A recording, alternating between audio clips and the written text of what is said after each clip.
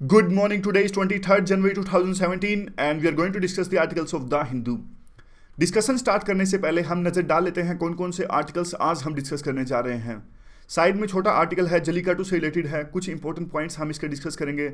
नीचे का जो आर्टिकल है, अंदरूनी राजनीति यूएस की, ट्रंप ऑफिस ज्वाइन करने के बाद में कौन कौन सी पॉलिसीज वहां पे अपनाएंगे, तो हमारे लिए आर्टिकल किसी काम का नहीं है।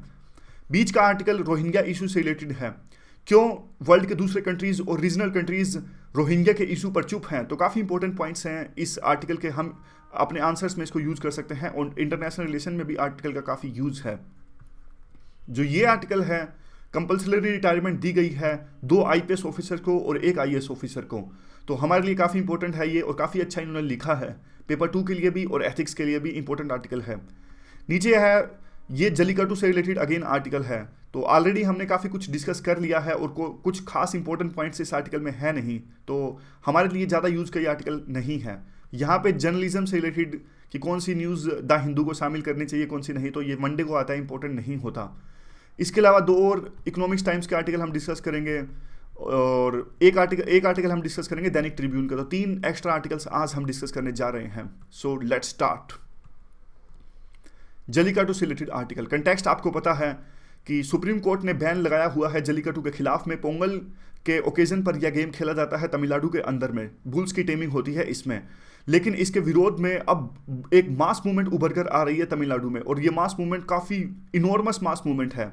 और इसी से देखिए, इसी को रोकने के लिए एक स्टेट गवर्नमेंट ने वहाँ पे एक ऑर्डिनेंस पास किया। ऑर्डिनेंस था वो prevention of cruelties to animals act में चेंज के लिए। हालांकि prevention of cruelties to animal act का जो सब्जेक्ट है ये कॉन्करेंट लिस्ट में आता है और सेंट्रल गवर्नमेंट का ऑलरेडी इस पर लॉ है, लेकिन आपको पता होगा हमने प्रीलिम की वीडियो में भी इसमें डिस्कस किया था इसको कि स्टेट गवर्नमेंट जो है कॉन्करेंट लिस्ट के किसी सब्जेक्ट पर कानून बना सकती है, और जबकि उस पर पहले से अगर सेंट्रल गवर्नमेंट का लॉ है तो भी, लेकिन उनको प्रेसिडेंट की असेंट लेनी होगी यह कानून बनाने के लिए जिस पर सेंट्रल गवर्नमेंट का ऑलरेडी लॉ है। अब देखिए, सेंट्रल गवर्नमेंट ने इनको अनुमति दे दी क्योंकि उनको पता था सेंट्रल गवर्नमेंट को कि जो मास मूवमेंट है वो काफ़ी ज़्यादा है और उनको वो एक्शन से उनको शांत करना पड़ेगा, सिर्फ बातों से वो शांत होंगे नहीं, इसलिए सेंट्रल गवर्नमेंट ने स्टेट गवर्नमेंट को अनुमति दे दी। और पहले ही देखिए सेंट्रल गवर्नमेंट को आपको पता होगा जो केस है ये पेंडिंग है ऑलरेडी।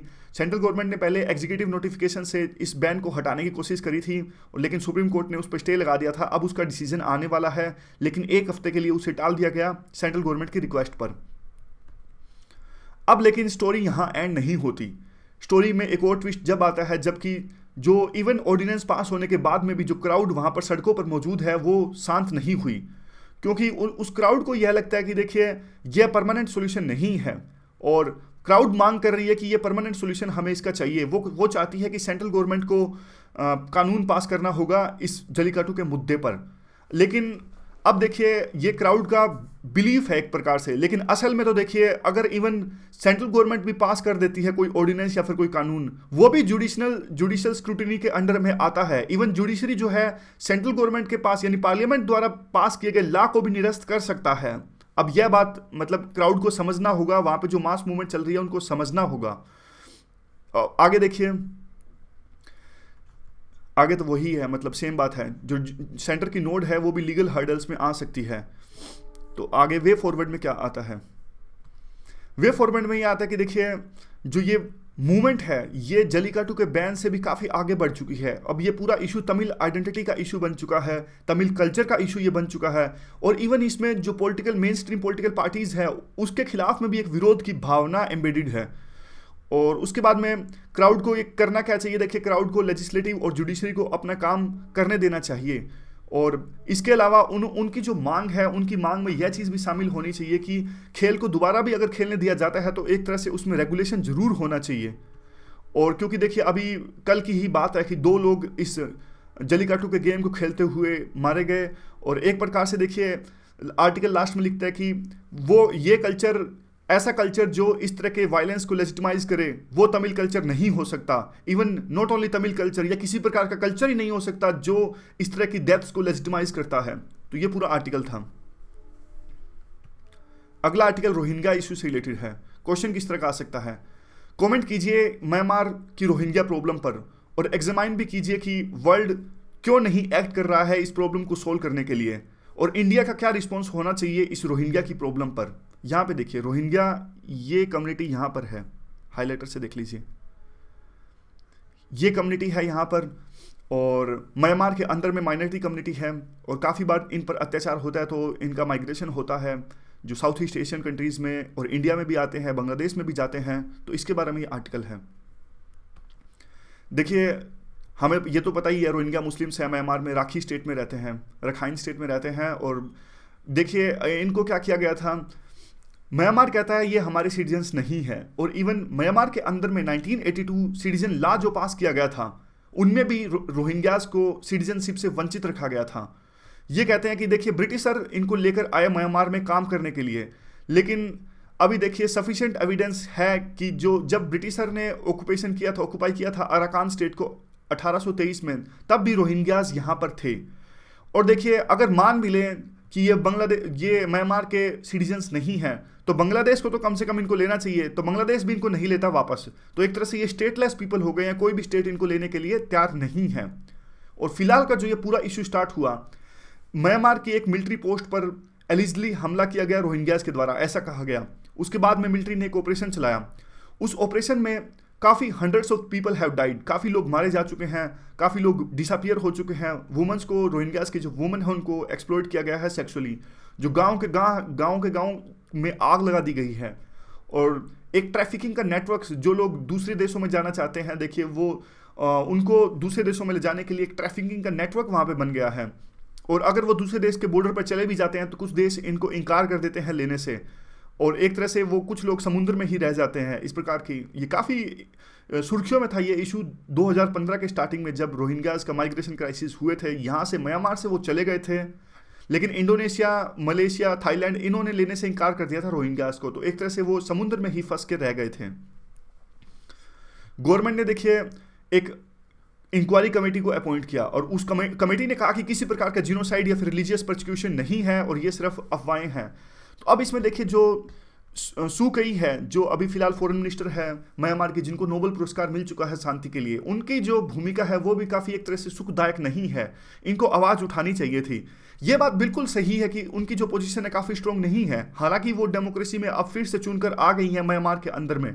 लेकिन आप देख लीजिए किस प्रकार से अभी भी defence department, border affair department और होम अफेयर हैं वो अभी भी आर्मी के अंडर आते हैं।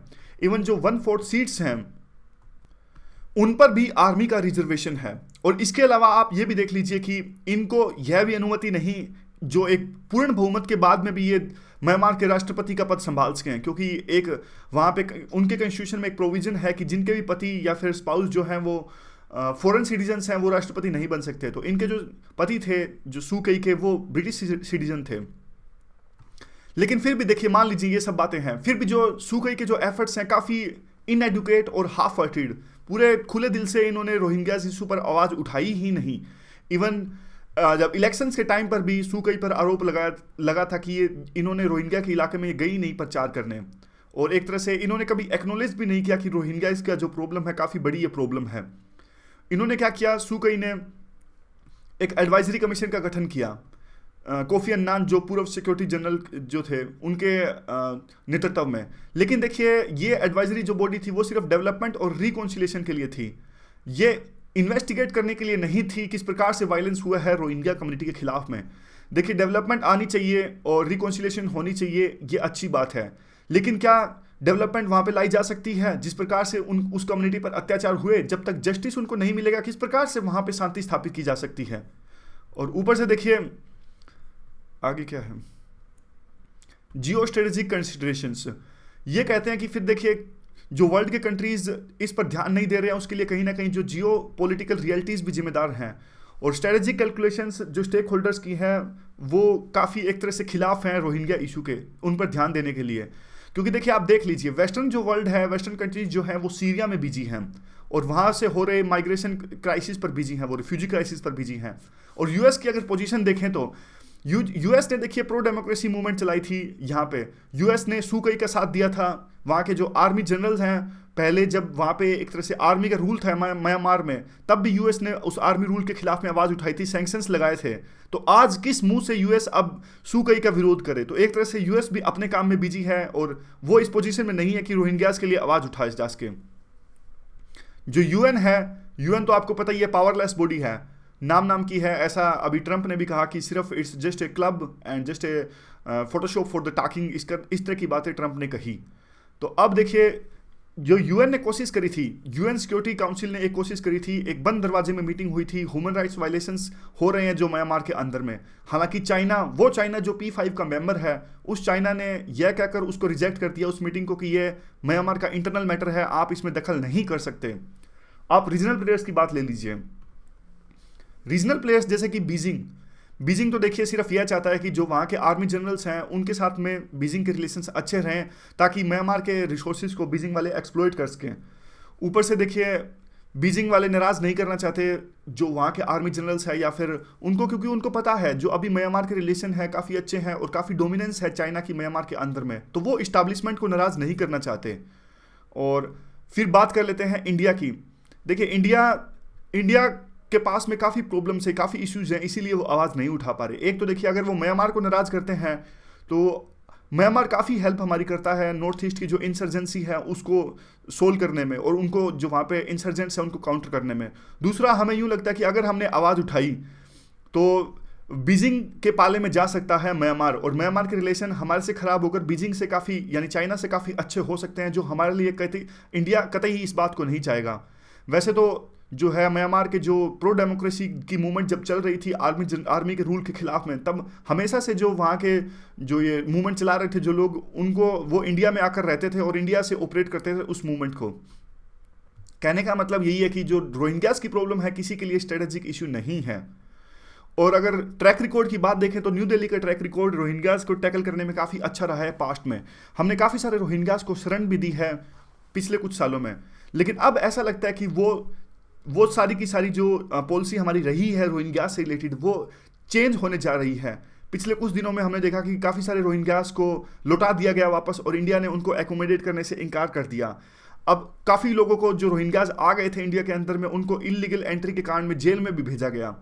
देखिए, किसके तहत में इंडिया सिग्नेटरी नहीं है। 1951 में एक यूनाइटेड नेशंस ने एक रिफ्यूजी कन्वेंशन पास करी थी, और उसका एक प्रोटोकॉल भी है 1967 का। इंडिया ने ये दोनों कन्वेंशन साइन नहीं कर रखी है, इसलिए इंडिया पे ये जो कन्वेंशन है बाइंडिंग नहीं है। इंडिया अपने हिसाब से कभी भी अपनी मर्जी से पॉलिसीज अपना सकता है जब भी कोई रिफ्यूजी हमारे देश में आते हैं। अब कुछ पॉलिटिकल पार्टीज ऐसा भी कहती हैं कि रोहिंग्यास जो जम्मू में आकर रह गए हैं उनको वापस भेज दिया जाए, क्योंकि ये सिक्योरिटी थ्रेट हो सकती है हमारे लिए। सेंट्रल गवर्नमेंट एक बिल लेके आई पिछले दिनों, वो बिल था सिटीजनशिप अमेंडमेंट बिल 2016। तो इसमें क्या हुआ था? इसमें यह हुआ था कि सेंट्रल गवर्नमेंट ने कहा था कि देखिए, अगर पाकिस्तान, बांग्लादेश, अफगानिस्तान से कोई भी सिख, जैन, पारसी, क्रिश्चियन या फिर हिंदूज, ये 5 जो है कम्युनिटीज़, अगर, क्योंकि देखिए ये माइनॉरिटीज़ हैं इन आसपास के देशों में जैसे अफगानिस्तान, बांग्लादेश, पाकिस्तान, तो सेंट्रल गवर्नमेंट ने कहा कि यहाँ से कोई रिफ्यूजी आता है इन 5 कम्युनिटीज़ का, जो ये नाम है Sikhs, Jain, Parsis and Christians and Hindus, तो हम उनको अपने देश में एकोमोडेट करेंगे और उनको इलीगल माइग्रेंट्स नहीं कहेंगे। ऐसा बिल लाने वाली है अभी सेंट्रल गवर्नमेंट। तो देखिए, वैसे तो कहने को तो ये प्रो माइनॉरिटी है, क्योंकि ये सारी जो 5 कम्युनिटीज़ हैं, Hindu, Sikhs, Jain, Parsis, Christians, क्योंकि ये 5 कम्युनिटीज़ जो हमारे आसपास के देश हैं, नेपाल को छोड़ दें तो यहाँ पे ये माइनॉरिटीज़ के रूप में है। लेकिन वैसे ये एंटी मुस्लिम्स बन जाता है, क्योंकि इसमें मुस्लिम्स नहीं आते इन 5 को छोड़ के, तो एक तरह से हमारे सेकुलर के ढांचे के खिलाफ भी है, ऐसा ये लिखते हैं। आगे ये वे फॉरवर्ड क्या कहते हैं? ये कहते हैं कि देखिए, हम इग्नोर नहीं कर सकते इस रोहिंग्यास को प्रॉब्लम को। क्यों नहीं इग्नोर कर सकते? क्योंकि देखिए, सबसे पहला तो जो बात है वो कि रोहिंग्यास हैं, अगर म्यांमार में रोहिंग्यास की प्रॉब्लम सोल्व होती है, तो जो रोहिंग्यास आज हमारे देश में रह रहे हैं, तो वो हम बाद में उनको कह सकते हैं म्यांमार को कि आपकी अब तो प्रॉब्लम सोल्व हो गई है, आप इनको रिहेबिलिटेट कीजिए। दूसरा जो रीजन है कि म्यांमार अगर स्टेबल रहेगा, डेमोक्रेटिक रहेगा, तो इसको हमें ही फायदा है, हमें इस चीज़ का। थर्ड जो पॉइंट है, अब देखिए जिस प्रकार से रोहिंग्यास की प्रॉब्लम है, कल को अगर कोई रेडिकलाइजेशन अगर हो जाता है, और आतंकवाद फैलाते हैं, तो ये रोहिंग्या के जो कुछ रेडिकल्स बन जाते हैं बाद में, तो हमको ही प्रॉब्लम क्रिएट होने वाली है। तो हमको तुरंत इस चीज़ पर कुछ ना कुछ करना होगा। तो क्या करना होगा, हमें एक स्पेशल एनवॉय बनाना चाहिए, अपॉइंट करना चाहिए इसको। वो स्पेशल एनवॉय नेगोशिएशंस करेगा सारे जो स्टेक होल्डर्स हैं, जैसे कि ढाका, म्यांमार की जो मिलिट्री है और बीजिंग है, इन सब से नेगोशिएशंस के बाद में ये एनवॉय हम कोशिश कर सकते हैं कि इस प्रॉब्लम का किस प्रकार से समाधान लाया जाए। तो ये पूरा आर्टिकल अच्छा आर्टिकल था। अगला जो आर्टिकल है कंपल्सरी रिटायरमेंट से रिलेटेड है। सेंट्रल गवर्नमेंट का रिसेंट डिसीजन जिसमें उन्होंने 2 आईपीएस ऑफिसर्स को और 1 आईएएस ऑफिसर को रिटायरमेंट दे दिया नॉन परफॉर्मेंस के कारण में। ये काफ़ी बोल्ड और लाउडेबल डिसीजन है, लेकिन अब एक अर्जेंट नीड है रिफॉर्म को आगे ले जाने की। तो अब इस आर्टिकल को डिस्कस, जिन ऑफिसर्स को कंपल्सरी रिटायरमेंट दी गई थी उनका ट्रैक रिकॉर्ड अच्छा नहीं था, और कुछ देखिए एक पे तो इन्वेस्टिगेशन चल रही थी, और एक ऑफिसर्स ने, आईपीएस ऑफिसर ने खुद ही अपनी किडनैपिंग करवा ली थी, यानी अबडक्शन करवा लिया था। तो इस प्रकार के आरोप इन पे थे। तो काफ़ी सालों से उनको पोस्टिंग भी एक तरह से अच्छी नहीं मिल रही थी। और ऐसा कैसे किया गया गवर्नमेंट ने, क्योंकि ऑल इंडिया सर्विस रूल्स में एक प्रोविजन है जिसमें यह लिखा गया कि 50 साल या फिर 25 साल की सर्विस, या तो किसी ऑफिसर की एज 50 साल हो जाती है, या फिर उस ऑफिसर के 25 साल अगर पूरे हो जाते हैं सर्विस के, तो देखिए, तो सेंट्रल गवर्नमेंट उनकी सर्विस में रिव्यू कर सकता है। तो देख लीजिए, आप अच्छे से काम करना पड़ेगा। उसके बाद में ये आता है कि देखिए, ये लॉन्ग नीडेड कोरेक्टिव था, और यह डिसीजन पहले ही लिया जाना चाहिए था। इससे पहले पास्ट में इमरजेंसी के दौरान में ऐसा किया गया था गवर्नमेंट के द्वारा। इंदिरा गांधी ने ऐसी ट्राई करी थी, लेकिन आज 40 साल बाद सेंट्रल गवर्नमेंट के द्वारा ऐसा किया गया है, और काफ़ी अच्छी ये चीज़ है। ये साफ साफ सिग्नल है ब्यूरोक्रेसी को, या तो आप अपने तरीके बदल लीजिए, अदरवाइज कंपल्सरी रिटायरमेंट के लिए तैयार रहिए। आर्टिकल कहता है किस प्रकार के पक्ष मिलते हैं जो ये आईएएस होते हैं, ऑल इंडिया सर्विस के ऑफिसर्स होते हैं, फिर भी ये इस तरह के जो करप्शन जैसे कामों में संलिप्त होते हैं।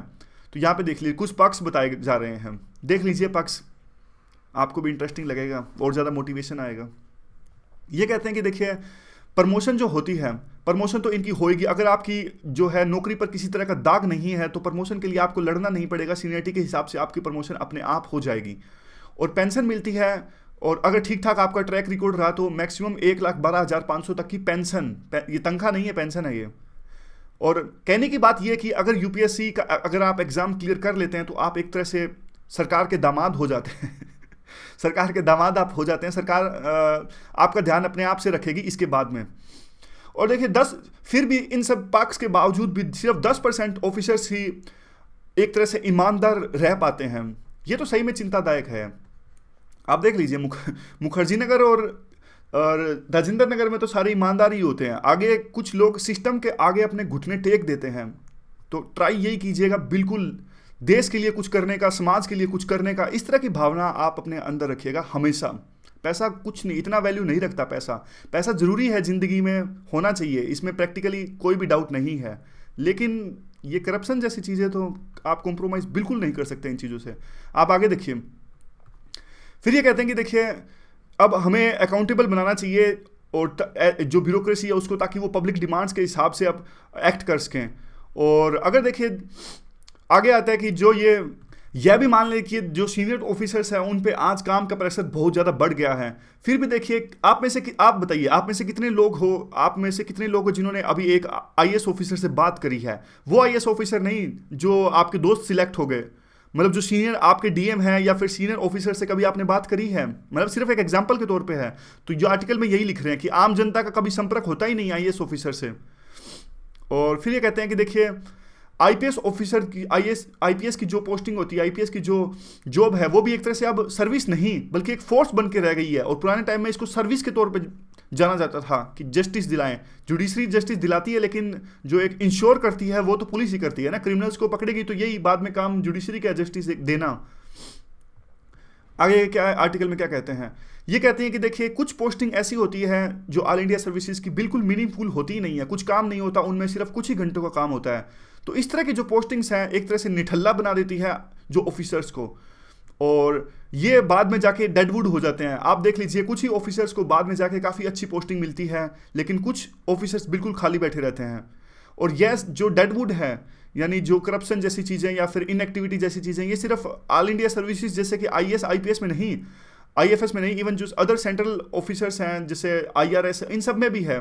एक तरह से किसी सर्विस की मोनोपोली नहीं है करप्शन की, सभी जो सर्विसेज है उसमें समान मात्रा में करप्शन है और जो इनएक्टिविटी है वो व्याप्त है। और देखिए आगे कहते हैं कि कुछ ऑफिसर्स तो ऐसे होते हैं कि जो सर्विस के स्टार्टिंग में ही ये इस तरह के करप्शन जैसे कामों में संलिप्त पाए जाते हैं। एक था ये अपने 2013 बैच के ऑफिसर थे, 2013 यानी 2-3 साल पहले की बात है, काफ़ी एक्टिव थे ये फोरम IAS वगैरह पे। इनको अभी बिहार में पकड़ा गया था इनको, और काफ़ी कम रिश्वत ये ले रहे थे, 50 रुपये की। अब ये केस कितना मतलब कुछ लोगों ने यह भी कहा था कि इनको फंसा दिया गया था, माइनिंग जो है। अब जो भी है सही है गलत है हमें तो इस बात का भी पता नहीं, लेकिन आप देख लीजिए प्रोबेशन में भी कई बार रिश्वत लेते पकड़े जाते हैं। चंडीगढ़ के IPS पकड़े गए थे प्रोबेशन में ही। तो मतलब इतनी ज़्यादा किस प्रकार का जो UPSC ने एथिक्स का पेपर जो लाए हैं, ट्रेनिंग होती है, तो वो सब बेकार हो गई ना अगर आप सर्विस के 6 महीने में अगर आप रिश्वत लेते पकड़े जाते हो तो डेफिनेटली कुछ पैटर्न अच्छा होना ही चाहिए। सिर्फ एथिक्स का पेपर लाने से काम चलेगा तो नहीं। आगे देखते हैं। सिस्टम जो है देखिए, फंक्शनिंग जो है वो शुरू से ही खराब होनी स्टार्ट हो जाती है जब एक प्रोबेशनर या फिर आप मान लीजिए असिस्टेंट SP है, वो एक डिस्ट्रिक्ट के SP के अंडर काम करता है, और इवन जो ADC है वो DC के अंडर काम करता है। जब देखिए उनके जो रोल मॉडल हैं जिनके अंडर वो काम कर रहे हैं SP या फिर DM, वही अगर अच्छे से काम नहीं कर रहे तो आप सोच के देखिए किस प्रकार का एक तरह से प्रभाव जाएगा उन प्रोबेशनर्स पर या फिर जो उनके जूनियर्स हैं उन पर। लेकिन आज भी कुछ ऑफिसर ऐसे हैं जो स्पिरिट से मोटिवेटेड हैं, आज भी जो देश के बारे में सोचते हैं, आज भी जो समाज के बारे में सोचते हैं, उनके अंदर में कन्विक्शन है, और उन्हीं के बदौलत ये पूरा का पूरा सिस्टम चल रहा है। और अभी करना क्या चाहिए, एक तरह से देखिए अभी एक पूरी मूवमेंट चलनी चाहिए उन ऑफिसर्स के खिलाफ में जो करप्ट हैं और जो काम नहीं करते, जो परफॉर्मेंस नहीं देते। लेकिन उस सब में एक जो ऑब्स्टेकल है वो ये है कि जुडिशरी दखलंदाजी करती है इस पूरी चीज़ में। क्योंकि अब देखिए जिनको कंपल्सरी रिटायरमेंट दी गई है अब ये कोर्ट में जाएंगे, तो जुडिशरी कई बार क्या करती है, ओवरटर्न कर देती है सेंट्रल गवर्नमेंट के डिसीजन को। तो इस बारे में ट्रिब्यूनल भी काफ़ी दखलंदाजी करते हैं। तो यूनियन लॉ मिनिस्ट्री को भी कुछ ना कुछ करना होगा इस पूरे चीज़ पे, ताकि जो अच्छा संकेत दिया है, अच्छा काम जो गवर्नमेंट ने किया है, तो उसमें इस काम को आगे बढ़ाया जा सके और आगे ले जाया जा सके।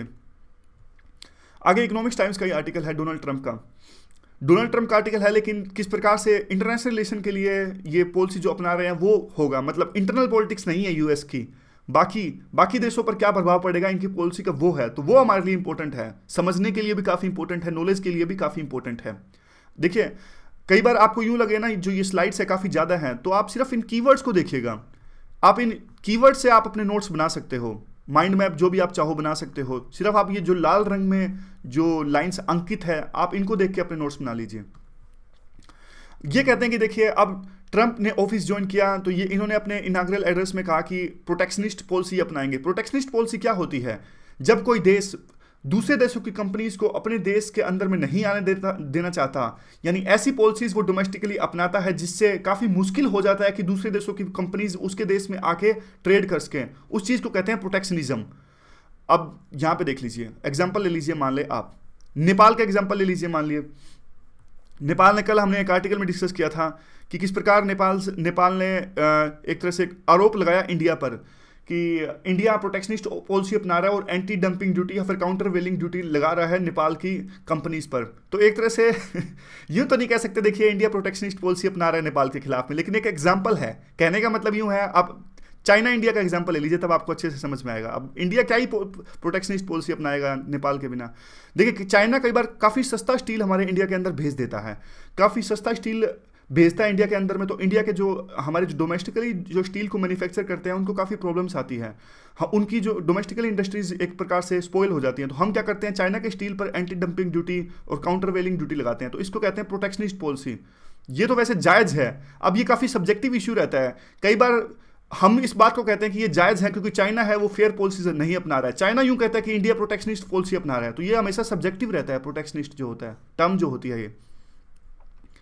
फिर आर्टिकल कहता है कि देखिए जो ग्रेट डिप्रेशन आया था 1930 का, तो उसमें भी एक प्रकार से यह सिद्ध हो गया था कि प्रोटेक्शनिज्म से काम नहीं चलने वाला, क्योंकि उस टाइम पे देखिए 1930 का जो रिसेशन आया था, काफ़ी फेमस ये रिसेशन था वर्ल्ड हिस्ट्री में, आप इसके बारे में पढ़ते होंगे। तो वो सफल नहीं हो पाया था, तब काफ़ी देशों ने प्रोटेक्शनिस्ट पॉलिसी अपनाई थी और यह सोचा था कि हम बाहर की कंपनीज को अपने देश में नहीं लाने देंगे। बाद में उनको रियलाइज़ हो गया था ये पॉलिसी सक्सेसफुल नहीं है, तो उसके बाद में general agreement on trade and tariff आया था, और जनरल ट्रेड एंड टैरिफ का नाम बदल के बाद में WTO हो गया था 1995 में, जब इसमें सर्विसेज भी आ गई थी। तो WTO का काम होता क्या है? देखिए, WTO का काम ये होता है कि ये इंश्योर करता है कि जो सारे देश हैं आपस में मिलकर अच्छे से ट्रेड करें और एक कंट्री दूसरे के खिलाफ में कुछ ज़्यादा बेकार की पॉलिसीज ना अपनाएं, और फ्री ट्रेड, वर्ल्ड कंट्रीज में फ्री ट्रेड को इंश्योर करने के लिए था WTO। और WTO से पहले वो गैट था, गैट में सिर्फ गुड्स थे, और WTO में सर्विसेज भी शामिल हैं, यानी सर्विसेज का ट्रेड दूसरे कंट्रीज के बीच में। अब देखिए, और भी ट्रंप काफ़ी तरह की बातें कहते हैं, जिस प्रकार से एक आइसोलेशन अपनाएंगे, और जो उनके फिलहाल के जो एलाइज हैं जैसे कि जापान और साउथ कोरिया, एलाइज को भी वो एक तरह से छोड़ देंगे या फिर वैसी नज़दीकियां नहीं रहेंगी। तो एक तरह से अगर ये ऐसा ट्रंप करेंगे तो चाइना के पास में तो अच्छा मौका है पूरे स्ट्रेटेजिक स्पेस को कैप्चर करने का, जो अमेरिका कभी नहीं चाहेगा। और एशिया में क्या हो सकता है, अगर देखिए ट्रंप ने छोड़ दिया जापान और साउथ कोरिया को एलाई के रूप में, तो ये अपनी अपनी डिफेंस कैपेबिलिटी बढ़ाएंगे। जापान तो आपको पता है टेक्नोलॉजी कितनी ज़्यादा है इनके पास में, और जापान ने first world war, second world war सब में अपनी टेक्नोलॉजी का यूज़ करते हुए, सेकंड वर्ल्ड वार कितना घातक था आपको पता था। और दूसरा देखिए, पाकिस्तान, इंडिया भी अगर यूएस साथ नहीं देता तो अपनी स्ट्रेटेजिक कैपेबिलिटी को बढ़ाएगा। अगर इंडिया का बढ़ाएगा तो पाकिस्तान तो हमेशा इंडिया के पीछे पीछे चलता ही है। फिर देखिए, ट्रंप ने ऐसा भी वो बयान दिया कि वो ईरान की न्यूक्लियर डील को निरस्त कर सकते हैं। अगर ऐसा किया उन्होंने, फिर ईरान भी न्यूक्लियर बम बना लेगा। तो एक तरह से आप देख लीजिए कितना नुकसानदायक होने वाला है पूरे, अगर ट्रंप अपनी कही हुई बात पर एक्ट करते हैं तो एक तरह से इंस्टेबिलिटी ज़्यादा आएगी एशिया के अंदर में। ना सिर्फ एशिया के अंदर में बल्कि यूरोप भी देख लीजिए, अगर यूरोप भी ऐसा ही फील करेगा तो उनको भी कंपल्सन रहेगी कि वो भी अपनी अपनी डिफेंस कैपेबिलिटी को बढ़ाएं, ताकि आतंकवाद उनके देशों में भी बढ़ता ही जा रहा है, तो बजट एलोकेशन बढ़ता जाएगा इन सभी देशों का। लेकिन अमेरिका जिन्होंने ये सब बातें कही, उसका वहां तो कंस्ट्रक्शन का बूम आएगा। कंस्ट्रक्शन का बूम कैसे आएगा? क्योंकि ट्रंप ने तो कहा है कि वो दीवार खड़ी कर देंगे मैक्सिको से जो लोग आते हैं उनके लिए, तो दीवार खड़ी करेंगे तो ज़्यादा कंस्ट्रक्शन होगी, तो कंस्ट्रक्शन का बूम आएगा। काफ़ी सरकास्टिक पॉइंट है इकोनॉमिक टाइम्स का ये। फिर आगे कहते हैं कि देखिए, इस तरह की पॉलिसी से यूएस का एक जो पावर है वो श्रिंक कर जाएगी, और ये चाइना के लिए अच्छी बात है। तो ये इंटरनेशनल रिलेशन का थोड़ा सा आर्टिकल था। आगे जो आर्टिकल है इकोनॉमिक्स टाइम्स का ही है, वो सहायक सिस्टम, यानी हमने आर्टिकल में डिस्कस किया था किस प्रकार से जवानों को काम करना पड़ता है अपने ऑफिसर्स के लिए, तो इसके बारे में क्वेश्चन आ सकता है। सहायक सिस्टम ये है जो कॉलोनियल लिगेसी है, और इसको एबोलिश किया जाना चाहिए जितना जल्दी हो सके। आप इसके बारे में क्या सोचते हैं और कैसे इसको रिप्लेस किया जाना चाहिए? कंटेक्स्ट आपको पता है, जो वीडियो वायरल हुई थी और उन्होंने कहा था कि उनको अच्छा खाना नहीं मिल पाता, करप्शन है, तो इस प्रकार की वो वीडियो थी। देखिए, जो ऑर्डरली सिस्टम होता है, जो सहायक सिस्टम जिसमें काम करना पड़ता है, जवानों को अपने ऑफिसर्स के लिए उनके कपड़े धोने पड़ते हैं और बूट पॉलिश करनी पड़ती है, अब इस सिस्टम को इंडिया की नेवी और एयरफोर्स ने तो डिसकंटिन्यू कर दिया है, लेकिन आर्मी में आज भी ये कंटिन्यूड है। और अब देखिए, पहले ये सिस्टम होता था पुराने टाइम में, मैं आपको बताता हूँ इसमें कैसे होता था। पहले फ्रांस में जब लड़ाई होती थी तो पहले हॉर्स यानी घोड़े होते थे, तो घोड़े पर जो सामान लाते थे, ऑफिसर्स के घोड़ों पे वो सामान लाते थे जवान, मतलब जो सोल्जर्स थे। अब देखिए, अब तो सारा कंटेक्स्ट चेंज हो चुका है, तो लेकिन वो सिस्टम ब्रिटिशर्स ने जो ये प्रथा स्टार्ट करी थी हमारी आर्मी के अंदर में, ब्रिटिशर्स ने तो सेकेंड वर्ल्ड वार के बाद में उसे ख़त्म कर दिया, लेकिन आज भी हम उसे कंटिन्यू रखे हुए हैं अपने आर्मी के अंदर में। तो आप खुद सोच के देखिए कितना मोराल उनका डाउन होता है। वो जवान जो कि गांव से यह कह के निकलता है कि वो कास्ट वगैरह सब कुछ छोड़ के यह कह के निकलता है कि मैं देश की सुरक्षा के लिए जा रहा हूं, उसी जवानों को, उसी प्रोफेशनल जवानों को, उसी कॉम्पिटिटिव जवानों को काम करना पड़ता है आर्मी के अंदर में इस तरह का, जिसमें वो अपने ऑफिसर्स के बूट पॉलिश करते हैं या फिर कपड़े धोते हैं, उनके कुत्तों को घुमाते हैं। तो किस प्रकार की शर्मनाक बात यह है। आगे क्या है, तो अब देखिए, इसमें तो कोई डाउट नहीं, हमें इस सिस्टम को दूर करना चाहिए। ए.के. एंटनी ने भी इसको पुश किया था, 2 कमेटी की रिपोर्ट आई थी, उन्होंने 2 सजेशंस दिए थे। एक सजेशन तो यह था कि ये जो सहायक सिस्टम है उसका नाम बदल दीजिए, एंड उसका नाम बदल के जो नहीं ऑर्डरली सिस्टम था उसका नाम बदल के आप सहायक सिस्टम या फिर हेल्पर सिस्टम लिख दीजिए। तो देखिए कितनी आप सोच के देखिए कितनी इंपॉर्टेंट ये इनकी रिकमेंडेशन है। नाम बदलने से कुछ हो जाएगा? नाम बदलने से क्या उनकी जो उनको शर्म महसूस होती है, फिर मोरल बढ़ जाएगा? नाम बदलने से क्या होगा? कैसी कमेटी है ये? दूसरी कमेटी ने कहा कि एक सिविलियंस जो है उनको रख दीजिए इनके बिना, यानी जवानों को यह काम करवाना बंद करना चाहिए और उनकी जगह सिविलियंस रख दीजिए वहां पे ऑफिसर्स की हेल्प के लिए। अब आर्टिकल में एक जो बात है, काफ़ी अच्छी बात इन्होंने लिखी वैसे। अब इन्होंने वे फॉरवर्ड में यह कहा कि देखिए, जो सिविलियंस है अगर आप उनको रखोगे तो इतना आर्मी में बल्कि एक्सपेंडिचर और ज़्यादा बढ़ जाएगा, और जबकि वो तो लड़ ही नहीं सकते, मतलब सिविलियंस का काम तो सिर्फ ये रहेगा कि ऑफिसर्स की हेल्प करना। फिर ये कहते हैं कि देखिए जरूरत ही क्यों है, अपना काम खुद क्यों ना करें ऑफिसर्स, खुद उनको शू पॉलिश जो है, जूतों की पॉलिश है वो खरीद कर अपने जूते खुद पॉलिश करें, या फिर अपने जो कपड़े हैं वो खुद आयरन करें। हाथों में कुछ ना कुछ जान आएगी ऐसा करने से। ऐसा लिखते हैं। यूटिलिटी है क्या है अगले आर्टिकल की। अगला देखिए दैनिक ट्रिब्यून का ये आर्टिकल है, प्रेसिडेंट के रोल से रिलेटेड आर्टिकल है। Critically analyse the role of president of India in the Indian constitution is mere figurehead. क्या एक प्रेसिडेंट का रोल सिर्फ एक फिगर हेड की तरह है, या फिर कुछ काम भी इनको करना पड़ता है एक्चुअल में। तो इस तरह का ये आपको क्वेश्चन का आंसर देना है, काफ़ी इंपॉर्टेंट है। लेकिन आप जब इस क्वेश्चन का आंसर दो तब आप सिर्फ आर्टिकल तक सीमित मत रहना, क्योंकि ये आर्टिकल्स कई बार ऐसा होता है कि जब हम क्वेश्चन डिस्कस करते हैं तो सिर्फ आप इस आर्टिकल के बारे में सोचते हो। अपनी डायमेंशंस, अपनी सोच का दायरा बढ़ाओ। जो आपने पढ़ा है लक्ष्मीकांत के अंदर भी, जो पुराना आपने पढ़ रखा है न्यूज़पेपर्स के अंदर, उससे भी आप पॉइंट्स लीजिए। तो देखिए आर्टिकल का कंटेक्स्ट यही है कि 26 जनवरी को आपको पता है अभी रिपब्लिकन डे हमारा आने वाला है, और इस पर प्रेसिडेंट झंडा लहराते हैं और जो वहाँ पे परेड होती है उसका सैल्यूट लेते हैं, मेडल्स भी देते हैं, गैलेंट्री जो सोल्जर्स हैं उनको भी, और जिनको पद्मा विभूषण या फिर पद्मा के अवार्ड्स हैं मिलते हैं उनको भी जो प्रेसिडेंट है वो सम्मानित करते हैं। वहाँ पे देखिए प्रेसिडेंट वो है सेंटर स्टेज में होते हैं रिपब्लिक डे वाले दिन। रिपब्लिक आप समझते हो ना, रिपब्लिक होता है गणतंत्र। गणतंत्र के आगे भी बताता हूँ, रुक जाइए। रिपब्लिक का मतलब ये होता है कि देखिए जो जनता है, जनता के द्वारा चुने गए जो रिप्रेजेंटेटिव हैं वो डिसीजन लेते हैं रूल ऑफ लॉ के अकॉर्डिंग। इस ऐसे देश को कहते हैं रिपब्लिक कंट्री। और इसमें दूसरी डेफिनेशन इसकी ये भी हो सकती है कि इसमें जो प्रेसिडेंट होते हैं वो इलेक्टेड होते हैं और मोनार्क नहीं होते। यानी ऐसा नहीं कि कोई भी किंग टाइप में अपना काम खुद करने लगे जैसे पुराने टाइम में होता था, नहीं, अपॉइंटेड होएगा जो प्रेसिडेंट होगा स्टेट का। तो इस प्रकार से दो डेफिनेशन इसकी बनती है। एक तो जो काम करने वाले गवर्नमेंट होती है, फिर जो वो रिप्रेजेंटेटिव्स होते हैं वो जनता द्वारा चुने जाते हैं, या फिर आप इसको दूसरी संज्ञान में प्रेसिडेंट के संज्ञान में ले सकते हो कि प्रेसिडेंट किंग नहीं होता, मोनार्क नहीं होता, बल्कि इलेक्टेड होता है। वो बात अलग है, हमने प्रेसिडेंट को जनता ने इलेक्ट नहीं किया, लेकिन इलेक्ट तो किया ना कि किस प्रकार से पीएम और वो सारे बिन के पीएम, वो जो लेजिस्लेचर्स, स्टेट लेजिस्लेचर्स और वो सारे मिल के इलेक्ट करते हैं एमपीज, उनका सब कोटा होता है उनके वोट्स का। इस पर क्वेश्चन बहुत आते हैं, तो एक क्वेश्चन का आंसर आप दीजिए कि क्या, जब आप बताइए कि प्रेसिडेंट के इलेक्शन में क्या राज्यसभा के जो नॉमिनेटेड मेंबर्स होते हैं वो पार्टिसिपेट करते हैं या नहीं करते। मैं ये पूछ रहा हूँ, ध्यान से सुनिएगा। प्रेसिडेंट के इलेक्शन में क्या राज्यसभा में जो अपॉइंटेड मेंबर्स होते हैं वो पार्टिसिपेट करते हैं या नहीं करते हैं। यूपीएससी का क्वेश्चन काफ़ी बार ये आया हुआ है, तो आपको इसका आंसर देना है। आंसर आपको मिल जाएगा पीडीएफ में।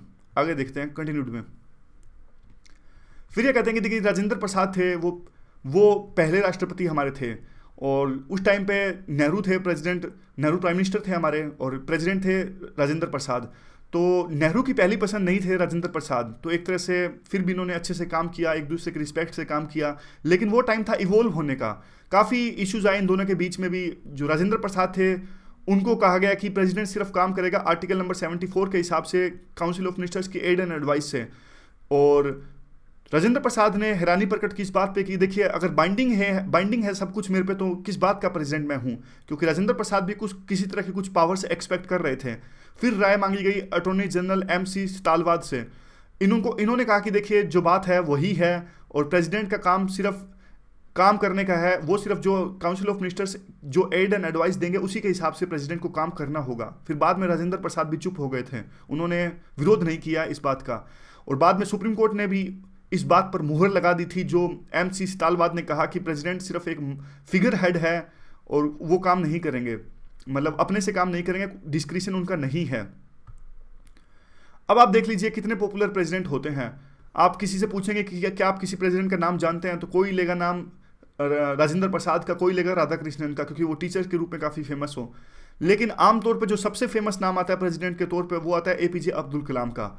वो क्योंकि देखिए पावर एक अलग चीज़ है, इम्पैक्ट एक अलग चीज़ है। उनके पास में बेशक पावर ना हो अब्दुल कलाम के पास में, लेकिन उनका इम्पैक्ट बहुत ज़्यादा था जनता के ऊपर में।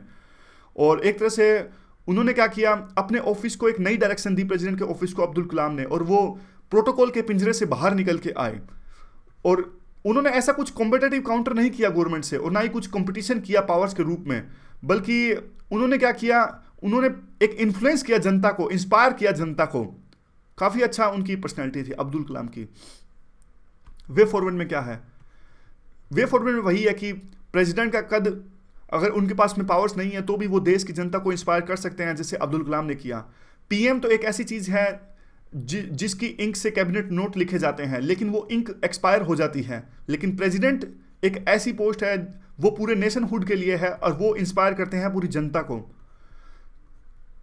और अब यही उम्मीद की जाती है कि जो प्रणब मुखर्जी हैं वो स्पीच दें रिपब्लिक डे के मौके पर। वो स्पीच जो हो वो गवर्नमेंट के द्वारा ना दी गई हो, वो अपने आप से वो स्पीच दें, और वो स्पीच घिसी पटी स्पीच ना हो, और उस स्पीच में कुछ अच्छी स्पीच होनी चाहिए। बस ये नहीं कि हमने ये किया, हमने वो किया, कुछ एक बढ़िया स्पीच, ये नहीं इस प्रकार की बात ये कह रहे हैं।